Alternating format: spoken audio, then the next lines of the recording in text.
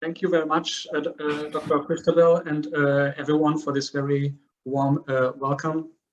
So I'm very happy and honored to deliver the final address in this conference. The topic that I have chosen is community economies, band-aid solutions, or societal innovations, and I will tell you what I mean by that. So I will share my screen to show you my PowerPoint presentation. So basically, just to introduce the topic, when talking about community economies, I'm referring to the term coined by J.K. Gibson Graham, who in her book Post-Capitalist Politics has described community economies as initiatives, collective initiatives of community members who discover that they are interdependent, that they have to join together and recreate their local economies in order to escape their marginalization. So community economies is a community economy is a very broad term. It's a very encompassing, and it encompasses such initiatives as cooperatives and mutual aid and solidarity economy. The main idea is that community members may engage in any economic activity that creates well-being. So it's a very inclusive concept. And usually often the way to arrive at community economies is through asset-based community development, because community economies are based on the local resources and the assets and capacities that community members themselves possess. Now, these ideas of community economies and asset-based community development, they have been given two different justifications by the proponents.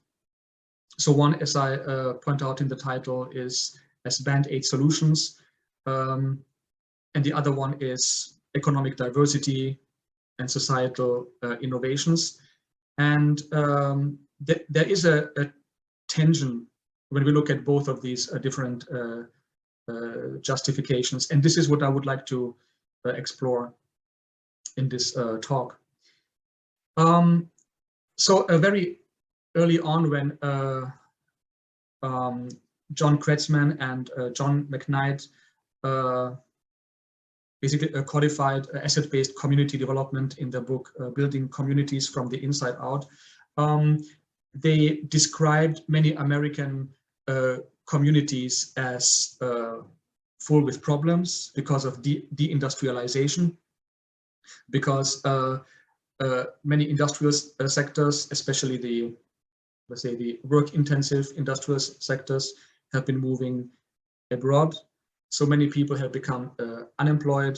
There is no welfare state to take care of the people. So all these economic certainties and this stability that people used to experience in the past in countries like the US, but also in other parts of the Western world, are no longer there. So one justification for community economies is that people have to rely on their own resources. No one else is going to help them, so there's one justification.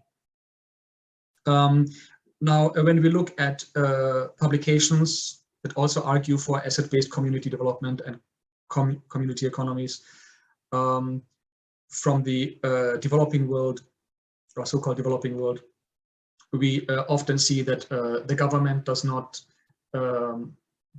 provide sometimes basic resources like infrastructure or access to water.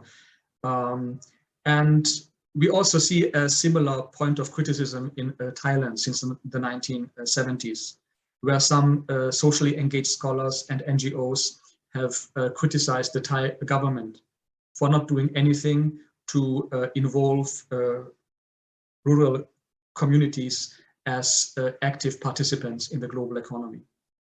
and that the Thai government is not doing anything to help rural producers to benefit from the globalized economy.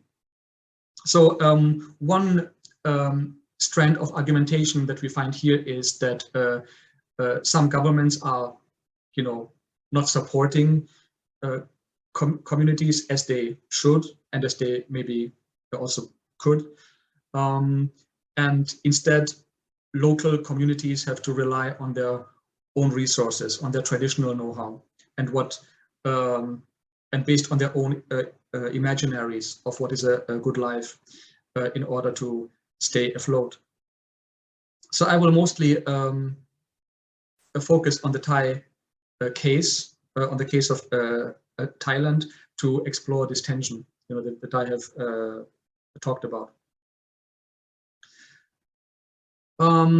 So one way that rural communities in Thailand have dealt with the fact that state institutions have not provided the help that they would need in order to be integrated in the global economy is through a return to subsistence agriculture. This is especially the case in the northeastern part of Thailand, where most of the agricultural production is taking place.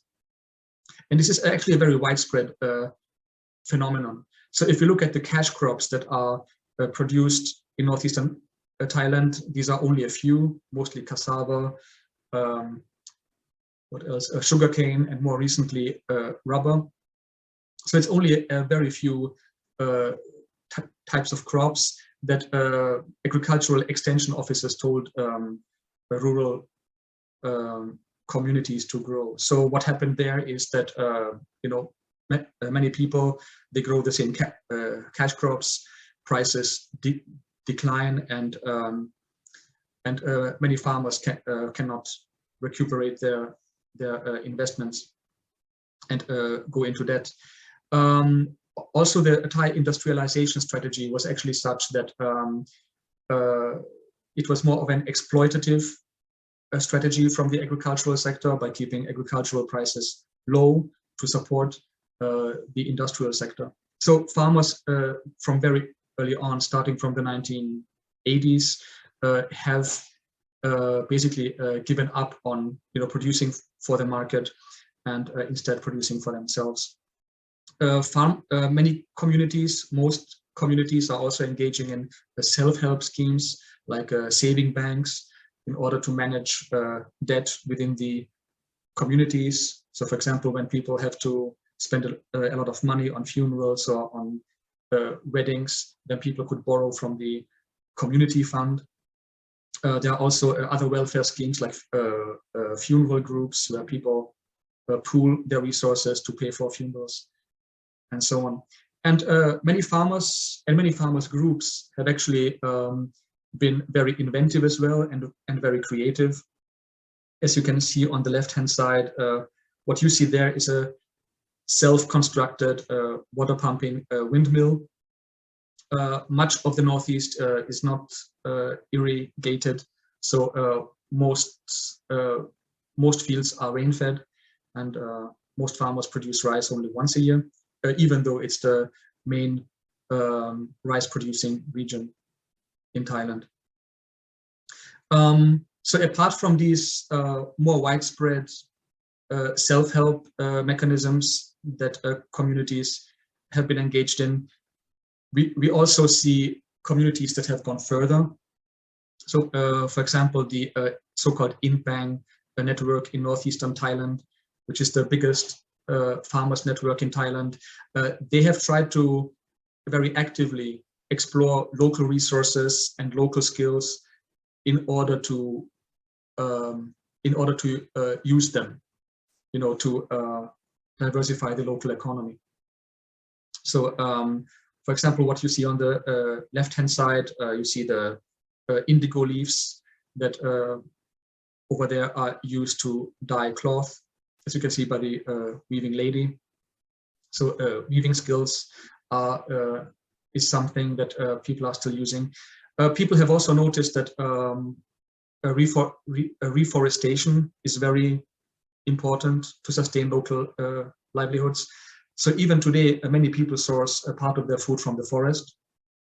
And as parts of the forest have been destroyed since the 1970s in Thailand, the in-bank network had this idea of extending the forest into the garden, meaning some farmers are creating forests on their own field and creating that biodiversity that can be found in local forest. And seed banks are also created by many farmers. Farmers have also been active in creating cooperatives, and we actually see a wide variety of cooperatives and what they are producing and how they are producing. So, for example, some cooperatives that produce for distant markets will try to make a profit and use that revenue for the community.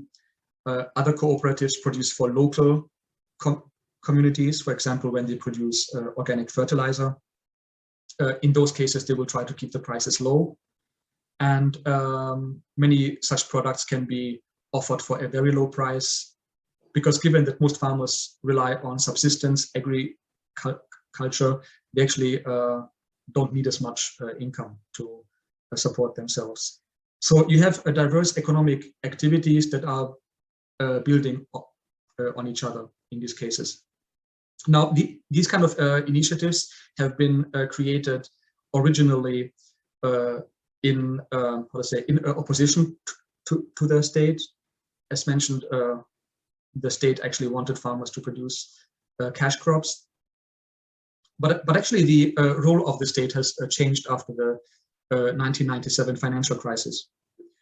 So after the 1997 financial crisis, the King of Thailand, Rama IX, he actually introduced this idea of a sufficiency economy, because he blamed the crisis on excessive greed on the part of business people, on speculation, and on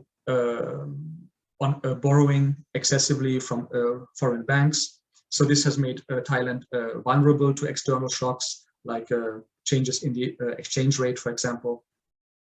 And the idea underlying sufficiency economy has been that businesses should try to rely on their own assets. They should try to grow slowly, step by step, without taking on huge risks and debt. And this philosophy has actually been the guiding philosophy since the late 90s up until today. And this philosophy is most explicit actually when it deals with the agricultural sector. So when it comes to the agricultural sector, the main idea is that farmers should produce for themselves. They should try to satisfy their own consumption needs. So they should produce enough rice, enough vegetables, fish, and so on their own farms.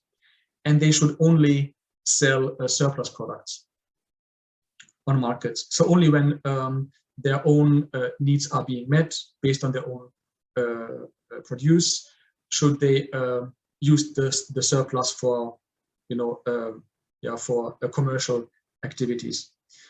So one way is to sell those surplus products on the markets. Another way is to join together, pool resources, and then process those crops and vegetables and so on that farmers are pooling.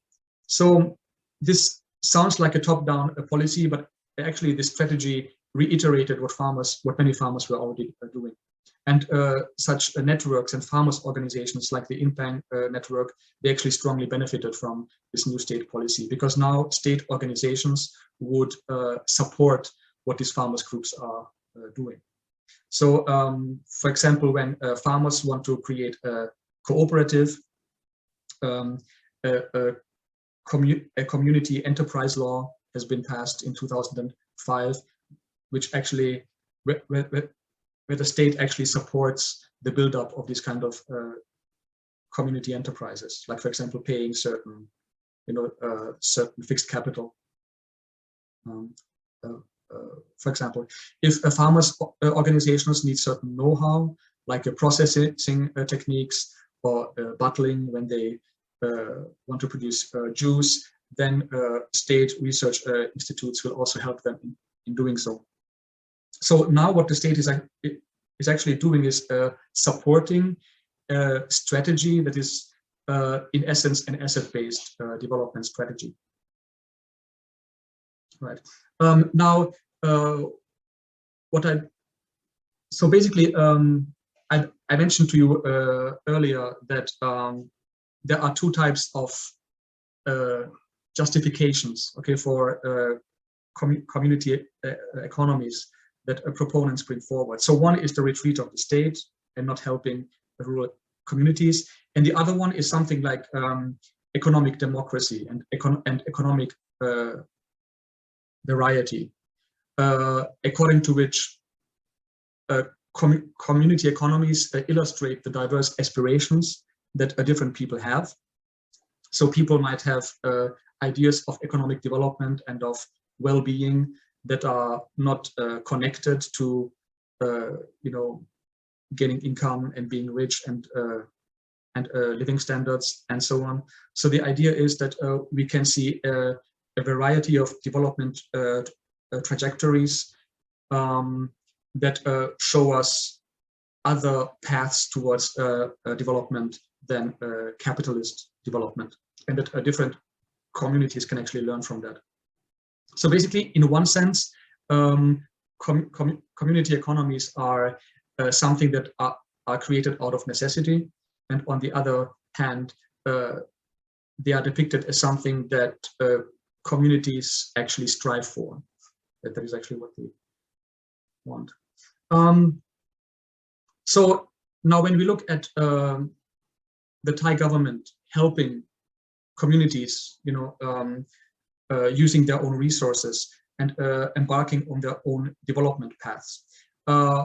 So in line with sufficiency economy thinking, what we see is that communities do become resilient because they are independent. They are somewhat independent of markets. Okay, they can produce for themselves. So if some economic crisis happen or any kind of you know, supply, like electricity supply, or if there are any outages and so on, local communities would actually not be hit very hard. So that is definitely an advantage of this kind of strategy. And it is true that local people are also very creative, and it also fosters local biodiversity and so on. But what we also see in this kind of strategy is that if government institutions mainly see their role in supporting rural groups, like for example the in-bank network, then there is not much space actually for the potential contributions that government organizations can do. So some of these would be, for example, making farmers aware of experimentations with different seed varieties by scientists, for example, using different seed varieties to develop niches and niche markets where farmers can produce you know, products that other farmers are not producing, and based on the demand for these products, connect farmers to different markets where they can sell their produce, make farmers familiar with the use of fertilizer and these kind of things. So those kind of agricultural extension services that we see in that we have seen in a country like Taiwan, for example, in the 1950s. So that is lacking from the Thai development strategy. And to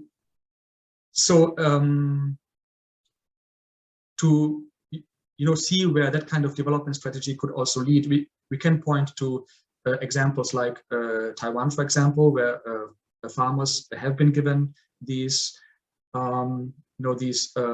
this know-how, where farmers today have been diversifying their crops and their produce and are specializing on niche products, which has multiplied their income or increased their income. We also see what this strategy could do for Thai farmers as well. So in Thailand, in the past years, rice hybrid variety has been developed by Thammasat scientists. So Thammasat is a university. Okay. And this rice variety is a hybrid made of black rice and jasmine rice. And a social enterprise called Siam Organic has actually distributed these rice seeds to farmers in northeastern Thailand.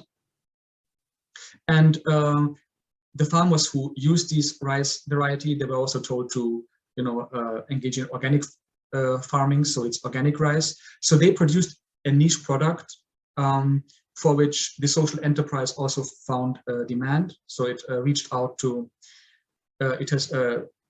reached out to markets in other parts of different parts of the world. And what happened was that many farmers increased their incomes by many times. I think 14-fold in some cases.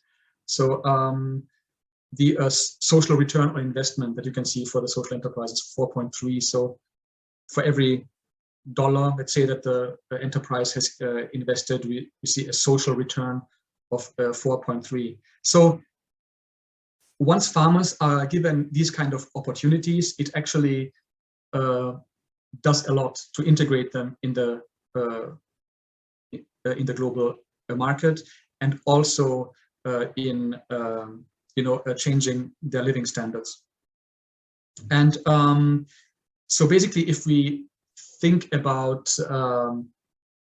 trying to solve issues such as income inequality, which is a big issue in Thailand, or the so-called middle income trap, then this kind of strategy of government institutions engaging in making farmers familiar with these kind of seed varieties, for example, could do a lot for farmers in terms of income. And currently, this rice variety is a very unique thing. So riceberry, and more farmers are actually trying to cultivate it as well.